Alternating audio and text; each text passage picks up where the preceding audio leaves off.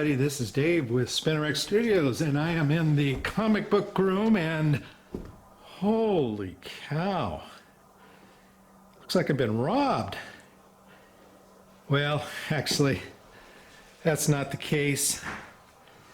As some of you guys know, my wife and I are big vintage Christmas collectors, and we are decorating the house this year for Christmas, and we have started the process. It takes us a long time to put stuff up, and guess what? The comic book room is making its way to become a Christmas room, and I do a lot of my vintage lighting up here. In fact, here is a salesman box. I haven't plugged it in yet, but this was a salesman box from 1960 for Noma, which was a big lighting manufacturer back then. And I still do have some of my comic pictures up on the wall. A couple of the statues are left, a couple of really large statues that I'm just not going to try to take apart. They're too large, they're too intricate. I don't want to have anything broken, so a few statues will have to stay up. But guys, you can see that this room is a disaster, and I'm going to start putting away, taking out the comic books from the spinner racks and moving things around. And so I thought I'd do one final video here, and let's take a look at some books on one side of the gold key rack before I put them away. And by the way, guys, I wanted to let you know we're going to be going out to Chicago here this next week for our annual Christmas Vintage Christmas Convention, and we are actually going to meet up with Hans, Captain Strangelife, and Leo of Time Travel Comics for lunch next Saturday. And actually we're going to, you know, those guys do kind of a lunch and comics thing, and so I think we're going to meet for lunch. They're going to come and pick us up, and we'll have lunch and maybe do a little comics thing. So keep your eye out on Leo's channel, Time Travel Comics, and you might see me there. All right, guys. Well, let me pull these books off of this side of the gold key rack, and I'll be back. All right, guys. We're going to start off with Ghost Rider number 7 from 1967. Dick Ayers, Herb Trimpe art, and this is the Western Ghost Rider. You know, it's interesting about this character. He would later become a leather-bound motorcycle riding guy from hell with a flaming skull who would seek out vengeance on bad people. And here we have X-Men. This is issue number 45.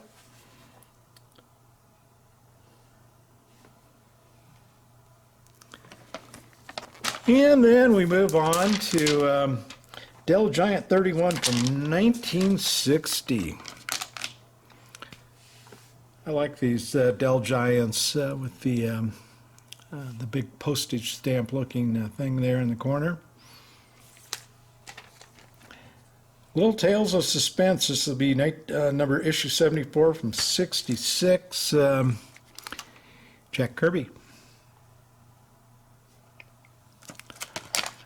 All right, this next one, if you've seen me on Four Color Fossils, you know that I have a love-hate relationship with Gil Kane. This is going to be Showcase 19 from 1959. Gil Kane cover. This is a really nice cover. You know, you've heard me mention something happened to Gil Kane. His style really became kind of heavy-handed, really beautiful line work here, but as he got older, he just seemed to really have thick line work and just art that I don't care for. Okay, Black Hawk, number 119 from 1957. Dick Dillon, Sheldon Moldoff. And hopefully, it's a little bit dark in here. I'm hoping you guys can see these books okay. And Superman, of course, has been pretty popular lately. This is issue 169 from 64. Guy by the name of Curt Swan did that cover. And then issue 160 of Batman, 1963, Sheldon Moldoff on the pencils on this one.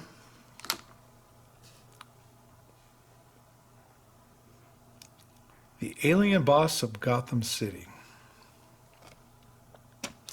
Next up is going to be Tomahawk number 73, 1961, Dick Dillon cover. This is one of my favorite Tomahawk covers.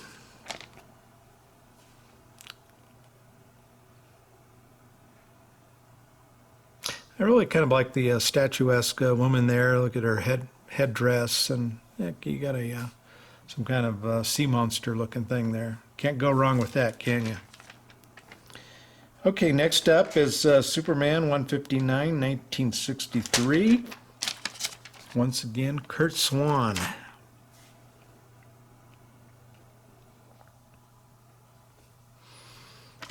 All right. Now this is going to be Action Comics 140, 1950, Al Plastino. And here is Lois getting, you can tell that Lois is a city girl here. She's gone over and started petting some bear cubs, and the mother is none too happy, but luckily Superman's there to save the day. You know what's interesting about Action Comics, if you look through issues 1 through 100, I don't recall if she's even on the cover once. If she is, she's not on the cover very much. Really, it took, it wasn't until after issue 100 that you started, as I recall, seeing her more and more on the cover. So this is kind of a, an earlier cover appearance by Lois.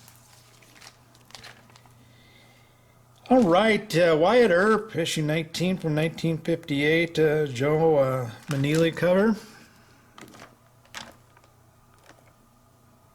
It wants to kind of fall over there.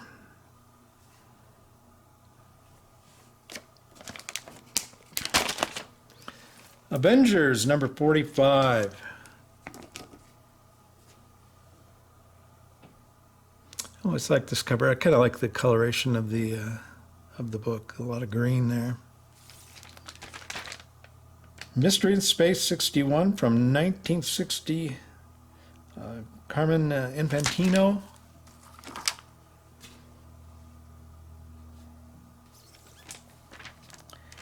Next up will be Batman 104 from 1956, another Sheldon Moldoff cover.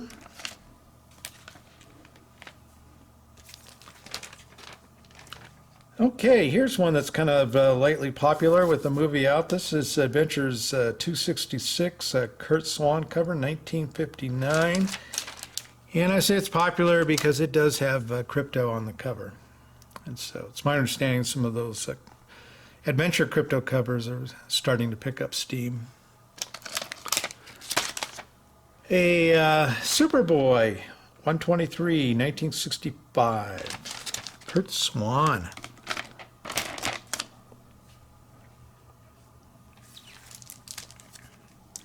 Okay, next we have Sheena Jungle Queen 3D. This is from number 1, 1953. It was a one-shot. And Maurice Whitman was listed as the cover artist. And Jambo, if you're watching, you probably like this one.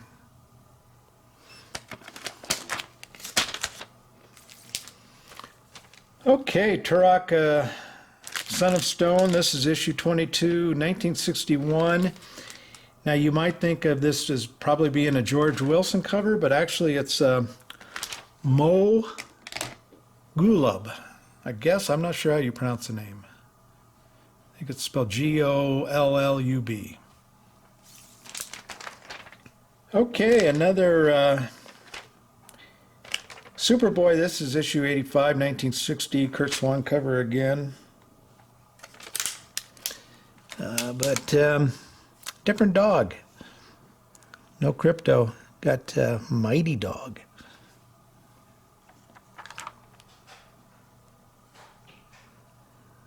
And there he is. All right, guys. Next up, a little bit of Archie Girls, Dan DeCarlo cover from 1971, Betty and Veronica.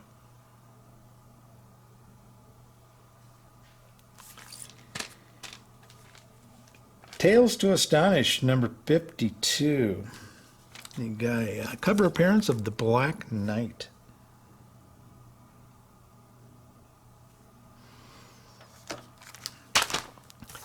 Next up, Detective Comics. This will be in issue 275 from 1960. Another, I think it's a Sheldon Moldoff cover, I believe.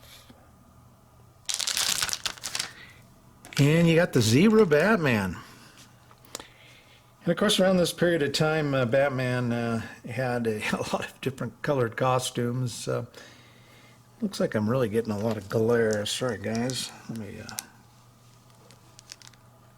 pull that off and see if I can get a better shot of it. X-Men number 10, first appearance of Kazar. And you can put to rest, by the way, how it's pronounced, because right in the title page, in fact, let me pull it out for you guys here.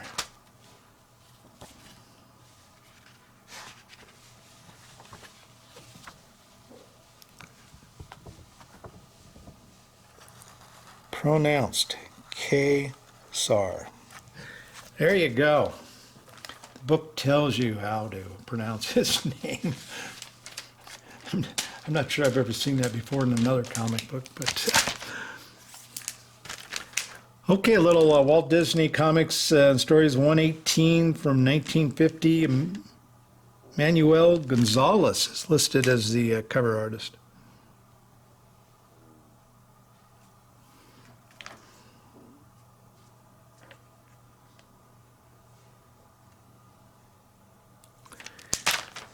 Next up, little Captain Marvel adventures. This is issue 118. Kind of a good one maybe for Halloween.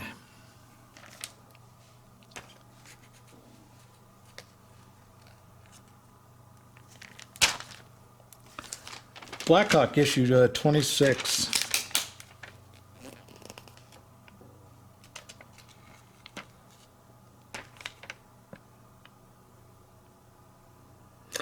And finally, we're going to end with another Disney comic book. Micah, I don't know if you're watching, but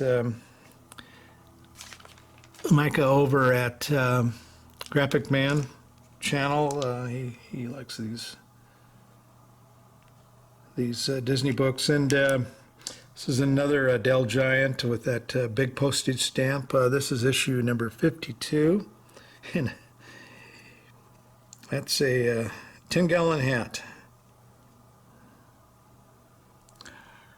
All right, guys, that'll do it. I am going to be taking off the rest of the books off the spinner racks, and at some point here, getting out my Christmas books and putting Christmas in there. I'm not sure at what point I'll do that, because I'm probably going to have to move these racks around a little bit based on what we do for Christmas stuff. But anyway, reminder once again, I should be out in Chicago next Saturday and getting together with Leo of Time Travel Comics and Hans of Captain Strange Life. If you're not familiar with their channels, well, where have you been? Just go check them out. But anyway, looking forward to that, and I think Leo plans on doing one of his Lunch and Comics episodes. So take care, and we'll talk to you guys later.